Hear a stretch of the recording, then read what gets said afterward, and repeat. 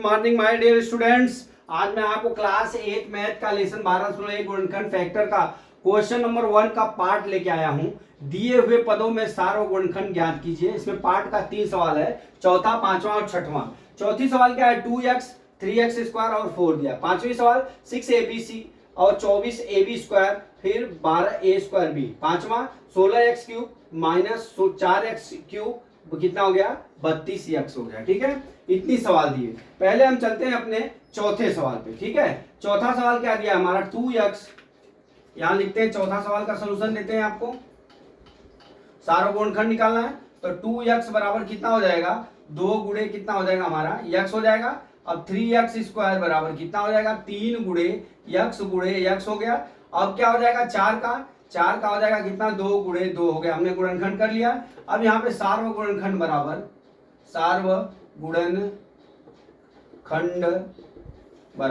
अब देख लीजिए, इसमें कोई संख्या कॉमन नहीं है। ठीक है, यहाँ 2 है तो यहाँ 2 नहीं, यहाँ x है, यहाँ x है, यहाँ x नहीं है, तो इसका सार्व गुणनखंड कितना हो जाएगा हमारा, 1 हो जाएगा।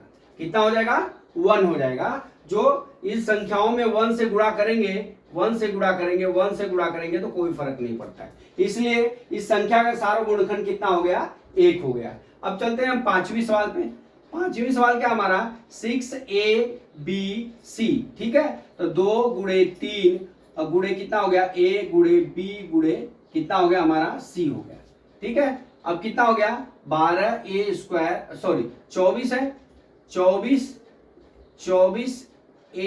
ab स्क्वायर, तो कितना हो गया, 2 दूना 4, 2 दूना 4 3 12, 2 दूना 4 दूना 8 त्रिका 24 गुणे a गुणे b हो गया।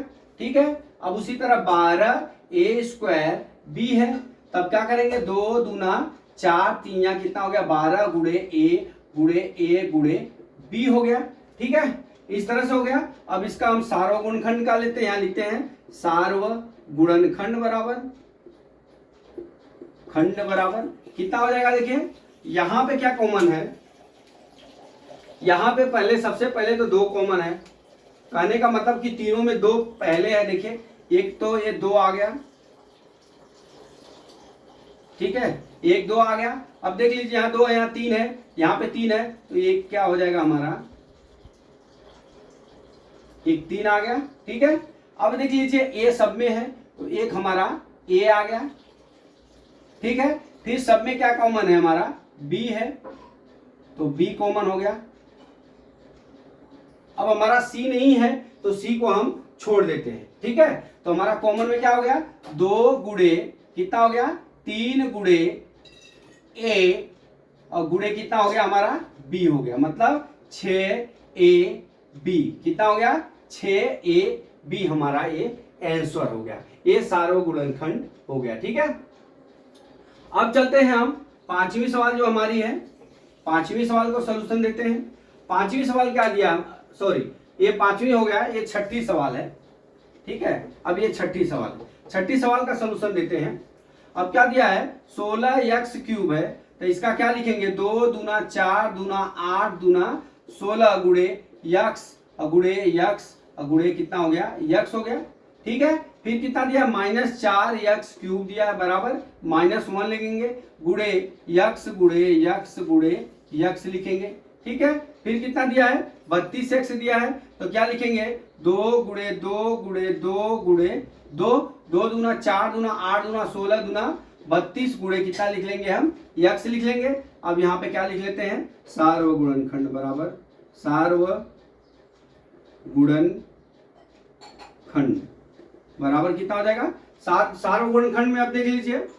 अब यहाँ पे तो अरे सॉरी, यहाँ पे क्या 4 है ना, तो यहाँ पे गुणे 2 बार रहेगा, ये भूल गया। ठीक है, गुणे 1 का मैंने बाहर निकाल दिया, तो 4 का 2 गुणे इतना हो गया। अब देख लीजिए 2 इसमें कॉमन है, यहाँ पे भी कॉमन है, यहाँ पे भी कॉमन है और यहाँ पे भी कॉमन है, तो एक बार लिया, फिर दूसरा 2 भी यहाँ पे कॉमन है, यहाँ पे कॉमन है, यहाँ पे कॉमन है। ठीक है, तो हम लिख लिया 2 गुणे 2 कॉमन हो गया।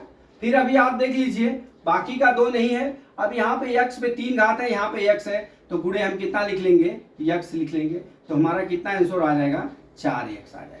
कितना आंसर आ जाएगा, 4x आ जाएगा। हमारा दो बार कॉमन है और x एक बार सब में कॉमन है। तो इस तरह से हमारा 4x आंसर हो गया। तो दोस्तों हमने ये आपको जो सवाल समझाया ये आपको समझ में आ गया होगा। अगला सवाल कल मैं फिर लेके आता हूँ। जय मां सरस्वती, जय भारत माता, जय जवान, जय किसान।